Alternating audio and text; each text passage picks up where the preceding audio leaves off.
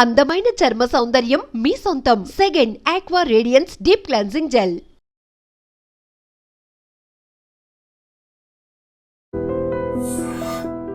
Hi hello నమస్తే, welcome back to our channel. నేను మీ వైషు. జాగ్రత్తలు చెప్పాల్సిన డాక్టర్లే మత్తు ముసుగులోకి వెళ్ళిపోతున్నారు. డాక్టర్లే అలాంటి పనులు చేస్తే నార్మల్ ప్రజలు ఎలాంటి పనులు చేయగలరు?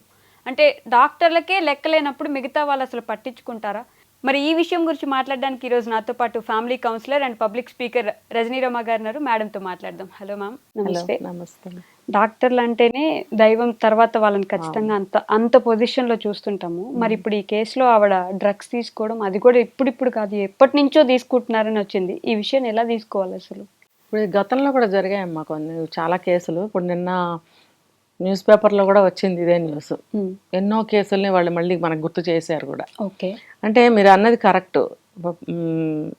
ఇప్పుడు వైద్యో నారాయణ అంటారు, అంటే భగవంతుడితో సమానం. ఇప్పుడు మేల్ డాక్టర్ దగ్గరకైనా సరే లేడీస్ వెళ్ళటానికి ఎందుకు సిద్ధపడతారంటే ఒక దేవుడిని చూస్తారు. కరెక్ట్. చూసి వాళ్ళ ఆరోగ్యాన్ని కానీ వాళ్ళ శరీరాన్ని కానీ ఆ వైద్యం కోసం వాళ్ళ చేతిలో పెట్టి కళ్ళు మూసుకుంటారు. కళ్ళు మూసుకుంటే ఏం జరుగుతుంది అనేది పేషెంట్కి తెలియదు. వాళ్ళ చేతిలో పెట్టేస్తారు అంతే, భరోసా, నమ్మకం, దైవం, దేవుడు మనకి ఎందుకు అన్యాయం చేస్తాడు అని. అటువంటిది మనం మొన్న అర్జున్ రెడ్డి అని ఒక సినిమా చూసాం కదా. అందులో అతను ఫుల్గా డ్రింక్ చేసి 24 hours చైన్ స్మోకింగ్ చేస్తూ మరి ఆపరేషన్ చేయడం, సినిమాలు కూడా తప్పుదారి పట్టిస్తుంటాయి కొన్ని.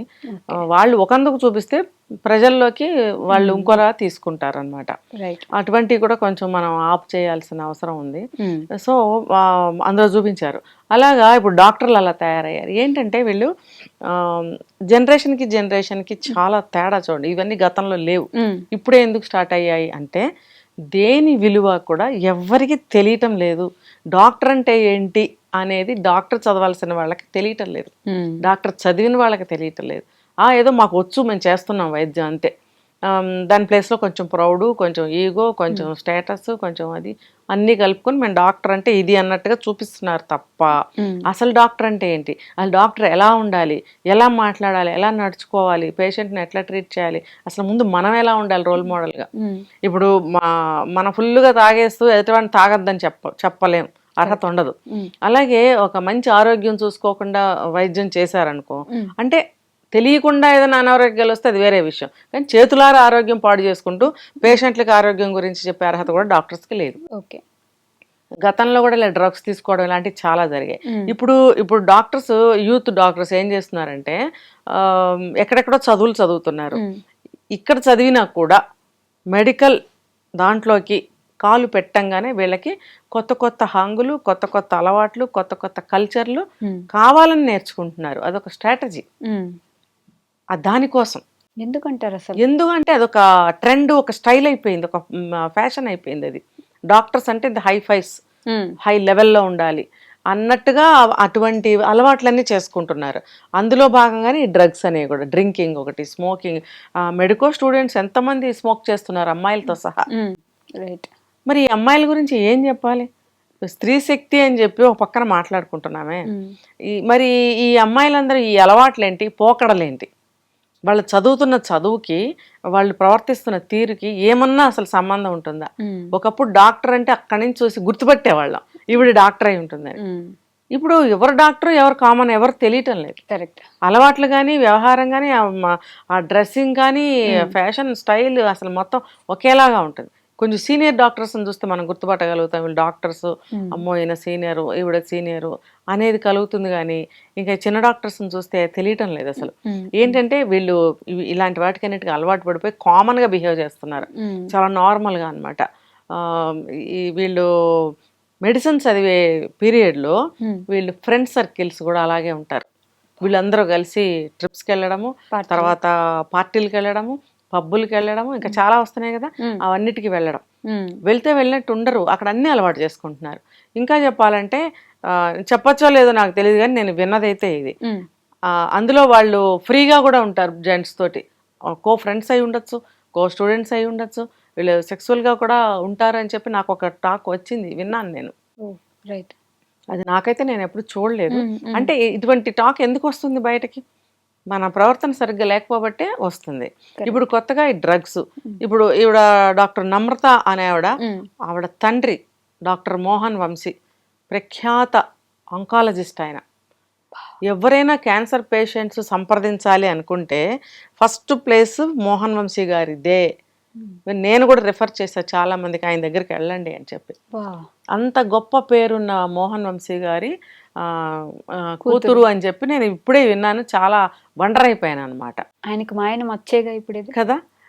ఏంటి అంటే ఈవిడ ఫారెన్ వెళ్ళి చదువుకుంది అంటే, నువ్వు ఫారెన్ వెళ్ళి చదువుకుంటే ఫారెన్ అలవాట్లు, లేకపోతే ఇక్కడే ఒక మంచి ప్లేస్కి వెళ్ళి చదువుకుంటే అక్కడ ఇంకా వేరే అలవాట్లు, ఇలా చేసేసుకుంటారా? అదే నేను చెప్తుంది. ఇప్పుడు మనకు పరువు ప్రతిష్టలు వద్దు, తండ్రి సంపాదించిన పేరు వద్దు, మన కుటుంబ గౌరవం వద్దు, కుటుంబ ఆచార వ్యవహారాలు సాంప్రదాయాలు వద్దు, ఏమొద్దు. నువ్వు డాక్టర్ ఎలా అయ్యావు? ఆయన ఒక బాట వేస్తే నువ్వు డాక్టర్ అయ్యావు. అంతేగాని నువ్వు కష్టపడి డాక్టర్ సీటుని సంపాదించుకుని నువ్వు డాక్టర్ చదవాలని పట్టుదలతో అహర్నెస్లు కష్టపడి నువ్వు సంపాదించితే ఓకే. సంపాదించలేదు అని అనుకో, నీకు విలువ తెలియలేదు అంటే మరి నువ్వు ఎలా సంపాదించావు? కొంతమంది డాక్టర్లు విమర్శించారు, ఆవిడ అసలు డాక్టరేనా అని. మరి ఈ అనుమానాలు ప్రజల్లో ఎందుకు వస్తున్నాయి? నువ్వు చేసిన పని అలా ఉంది. తను కూడా ఆంకాలజిస్ట్ అని చెప్తున్నారు. అంటే ఆయన తన వారసురాలుగా చేయాలని అనుకున్నారేమో. అనుకున్నప్పుడు ఆవిడ ఆ పేరును ముందుకు తీసుకెళ్ళాలి కదా. పేరుని పక్కన పెట్టండి, మరి పేషెంట్స్కి డాక్టర్స్ తక్కువైపోతున్నారని వింటున్నాం ఈ మధ్య. మరి దాన్ని నిలబెట్టాలిగా ఆ వైద్యాన్ని. పేషెంట్స్ ఎక్కడికి వెళ్తారు రోగాలతోటి? మరి వైద్య వృత్తి చేపట్టి దాన్ని ఆ వైద్యాన్ని ముందుకు తీసుకెళ్ళాలిగా. నమ్మకం పోగొట్టుకున్నట్టే కదా. అసలు ముఖ్యంగా ఆ రోగం వస్తే ప్రజలు ఎక్కడికి వెళ్ళిపోతారు? డాక్టర్లు ఉండద్దు. ఇటువంటి డాక్టర్లు ఇలా తయారవుతారా?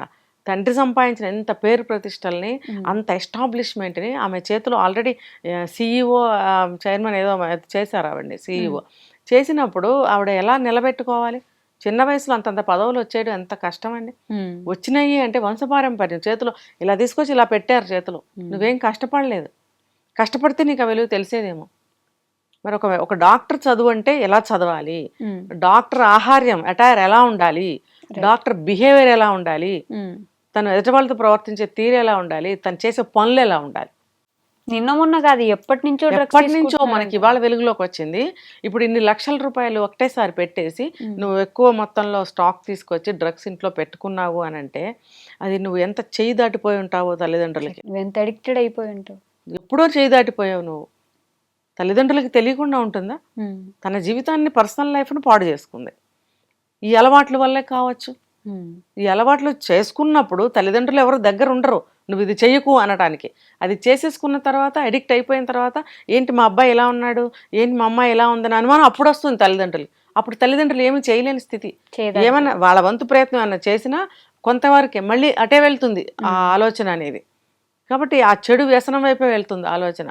ఇప్పుడు ఆ మనుషులు తెలుసుకోవాలి, నేను తండ్రి ఇంత కష్టపడి నన్ను చదివించారు, నేను ఇంత పేరు తెచ్చుకున్నాను, నేను అదే చదువు చదివాను, నేను ఎంతోమందికి సేవ చేయాలి, సరే ఓకే అందులో నేను ఏదో పొరపాటున వెళ్ళాను, మళ్ళీ వెనక్కి వచ్చేద్దాం, ఇలాంటి ఆలోచనలు చేశారా? చేయనప్పుడు ఒక డాక్టర్గా ఎలా వైద్యాన్ని అందించగలదు? అసలు హాస్పిటల్కి వెళ్తారా ఎవరైనా? నువ్వు నీ వారసత్వం నీకు ఇచ్చినప్పుడు నువ్వు ఎంత దాన్ని హైప్ చేయాలి. తండ్రి పేరుది వెనక నీ పేరు ముందు ఉండేంత స్టేజ్కి నువ్వు వెళ్ళాలి. కరెక్ట్. నువ్వేం చేసావు? తండ్రి పేరును కూడా తీసేసావు కదా. ఇప్పుడు నీ ఎస్టాబ్లిష్మెంట్ అంతా, తండ్రి గారి ఎస్టాబ్లిష్మెంట్ని అంతా నువ్వే కదా కుప్పకూల్చిన దాన్ని అయ్యావు. క్షమ ఉందా? ఆ తండ్రి మనసు ఎంత ఆక్రోశిస్తుంది. ఆయన ఎవరి కోసం కష్టపడుతున్నారు ఈ రోజు వరకు? వాళ్ళ కోసం, పిల్లల కోసం, పిల్లల కోసమే కదా పెద్దలు కష్టపడేది. మరి ఆ అమ్మాయికి అసలు ఏమాత్రం వాల్యూ తెలిసినట్టు లేదు. ఇప్పుడు ప్రజలైనా సరే వెళ్ళడానికి భయపడతారు. అది దానికి చట్టరీత్యా దానికి ఒక యాక్షన్స్ ఉంటాయి. ఒక డాక్టర్ అయ్యి ఉండి ఆ పని చేసింది అంటే చాలా, మనం పెద్ద మాటలు మాట్లాడద్దు, చాలా డేంజర్. దానికి మెడికల్ సైన్సెస్ వాళ్ళ యొక్క చట్టాల ప్రకారం ఏవో ఉంటాయి వాళ్ళకి. ఇప్పుడు ప్రాక్టీస్ ఆపేయాల్సి వస్తుందేమో, ఏదైనా క్యాన్సిల్ చేయొచ్చు. ఇప్పుడు మనం బెంగాల్ కలకత్తా కేసులో కూడా వాళ్ళ డాక్టరేట్ని క్యాన్సిల్ చేశారు, విన్నాం కదా. ప్రిన్సిపల్ ఘోష్, సందీప్ ఘోష ఏదో ఉంది, మరి ఆయనది కూడా క్యాన్సిల్ చేశారు కదా. అంత ప్రిన్సిపల్ చేసి అన్ని సంవత్సరాలు సర్వీస్ చేసి మరి అంత ఎక్స్పర్ట్ అయినా మరి ఆయన్ని క్యాన్సిల్ చేసేసారు కదా.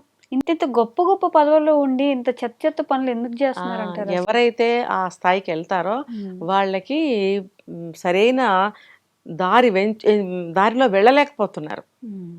డబ్బులు ఉండేటప్పటికి అలవాట్ల వల్ల ఏముంది, జీవితం ఇలా అయిపోతుంది. ఆ డ్రగ్స్ ఆ రకంగా తెప్పించుకోవడం, ఒక ఆడపిల్ల అయ్యండి అబ్బాయికి కూడా ఇదే వర్తిస్తుంది నేను చెప్పిన మాట. ఉమ్. అమ్మాయి అయినా అబ్బాయి అయినా సరే, ఒక డాక్టర్ అయ్యండి వాటికి అడిక్ట్ అవ్వటం ఏంటి, సమాజంలో ఎటువంటి ఆ, మార్పు వస్తుంది ఇలాంటి చేష్టల వల్ల. ఉమ్. డాక్టర్లే ఇలా ఉంటే బయట సమాజం ఏమైపోతుంది? వైద్యం చేయాల్సిన డాక్టర్లు వాళ్ళేవో మత్తు కలిపిన టాబ్లెట్స్ పెయిన్ కిల్లర్స్గా అమ్మిస్తున్నారు అని చెప్పి ఒక టాక్ వచ్చింది. ఉమ్. ఉమ్. అంటే ప్రజల్లోకి మీరు దీన్ని అలవాటు చేస్తున్నారా? వీళ్ళంటే వీళ్ళు కాదు, ఎవరైనా కావచ్చు, ఒక డాక్టర్స్ చేస్తున్నారా మీరు?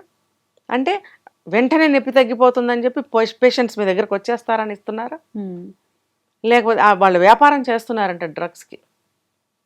అంటే డ్రగ్స్ అమ్మడం, అక్కడి నుంచి తీసుకొచ్చి ఇక్కడ ఈ రకంగా అమ్మడం. గతంలో కూడా మనం విన్నాం చాక్లెట్స్లో వాటిల్లో పెట్టి ఎవరో అమ్ముతున్నారు అని. అంటే ఏంటి, సమాజాన్ని ఏం చేద్దామని? అంటే సమాజాన్ని నిర్వీర్యం చేద్దామనే, మత్తులో ఉంచుదామనా? అంటే మోడీ గారు లాంటి వాళ్ళు ఎవరో ఒకళ్ళు వచ్చి వీళ్ళందరినీ బాగు చేసేసి వీళ్ళందరినీ ఆదుకుని వీళ్ళందరి కష్టాల నుంచి బయటకు తీసుకొచ్చి ఆయన మీద వేసుకుంటారనే? ప్రతి ఒక్కడు పౌరుడు హక్కు కదా, బాధ్యత కదా. బాధ్యత, హక్కు కదా కాపాడటం అనేది దేశాన్ని కానీ ఒక ఊరిని ఒక ఇంటిని తనకి తానని కరెక్ట్ కదా. మరి ఇవన్నీ ఎందుకు ఆలోచించట్లేదు? ఇప్పుడు ఆవిడకి ఆల్రెడీ 6 నెలలు నాన్ బెయిల్, చెంచల్గూడ జైల్లో ఉన్నారని వింటున్నాం. అర్జున్ రెడ్డి చూసి లేడీ అర్జున్ రెడ్డి అయింది ఇంకా. లేడీ అర్జున్ రెడ్డి అని ఆల్రెడీ పేరు పెట్టారు. ఎంత పరువు పోయింది అసలు. మోహన్ వంశీ గారంటేనే అసలు పెద్ద ఒక పేరండి. ఇప్పుడు చూడండి, ఒక ఆడపిల్ల ఎంత చెడ్డ పేరు తీసుకొచ్చింది కదా. పోనీ చిన్నపిల్ల, 2 పిల్లలు ఉన్నారు, వాళ్ళ భవిష్యత్తును దృష్టిలో పెట్టుకోవద్దు. తల్లి ఇలా ఉంటే ఎదుగుతున్న పిల్లల మీద ఎంత ఎఫెక్ట్ పడుతుందో తెలుసా? ఒక డాక్టర్ అంటే ఒక ఆవిడ ఒక న్యూట్రిషనిస్టు, ఒక మదరు, ఒక సంస్థ, ఇలా ఒక సైకాలజిస్టు, ఒక సైక్రియాటిస్టు, ఒక మోటివేషనల్ ఇది అన్నీ ఉంటాయి ఒక డాక్టర్కి. ఇన్ని ఉండవలసిన ఒక తల్లి, ఒక డాక్టర్, పిల్లలు అలా ఏమైపోతారు ఆవిడ అలా ఉంటే? ఉండవలసిన లక్షణాలు ఏంటి, ఆవిడకి ఇప్పుడు వచ్చి చేరిన లక్షణాలు ఏంటి, ఆ పిల్లలు ఎలా ఎదుగుతారు, వాళ్ళ మీద ఎఫెక్ట్ ఎలా ఉంటుంది? ఏమన్నంటే ఫారిన్ పంపించి అక్కడ ఎక్కువ ఫీజులు కట్టి అక్కడ చదివిస్తే అయిపోతుందా? ఎన్ని కోల్పోతారు ఇక్కడ? అక్కడ అలవాట్లు ఇక్కడ తీసుకొస్తుంది కదా, ఎన్ని కోల్పోతారు? తల్లి దగ్గరుండి ఎలా పెంచుకోవాలి? సింగిల్ పేరెంట్ అయినా ఎలా పెంచుకోవాలి? ఎవరైనా ఇద్దరుంటే ఓకే, ఒకళ్ళే ఉన్నా ఎలా పెంచుకోవాలి? మరి అసలు అవన్నీ పక్కకు నెట్టి తన మటుకు అలా ఉంటే ఎన్ని విధాలుగా నష్టం. అంటే ఇప్పుడు బయట పబ్లిక్లో చెడ్డ పేరు, పేషెంట్స్ వెళ్ళరు, వెళ్ళినా ఏమవుతారో. కరెక్ట్. ఇప్పుడు ఆవిడకి డాక్టరేట్ ఉంటుందా, ఉండదా? మరి చట్ట ప్రకారం ఆవిడకి ఎటువంటి యాక్షన్ తీసుకుంటారు? ఆవిడకి బెయిల్ ఇస్తారా? ఎన్ని ప్రశ్నలు. వాళ్ళ ఫాదర్ కి బ్యాడ్ నేమ్, వాళ్ళ పిల్లల్ని ఎప్పుడు స్కూల్లో ఏం మాటలు అంటారో కూడా తెలియదు. ఎన్ని విధాలుగా ఆవిడ చెడు తీసుకొచ్చింది చూసారు. అందుకని ఇది ఉదాహరణ. ప్రతి అమ్మాయి కూడా చూసి మనం ఇలా ఉండకూడదు అని తెలుసుకోవాలి. ఇలాంటి పనులు చేసిన ఏ అమ్మాయిని చూసైనా సరే మిగతా అమ్మాయిలు మనం ఇలా ఉండకూడదు అని తెలుసుకోవాలి, కానీ మనం కూడా చేద్దామని అట్లా వెళ్ళకూడదు. నేను ఇంకా ఇది చాలా బ్రీఫ్గా, చాలా సింపుల్గా, లైట్గా చెప్పాను ఈ టాపిక్ని.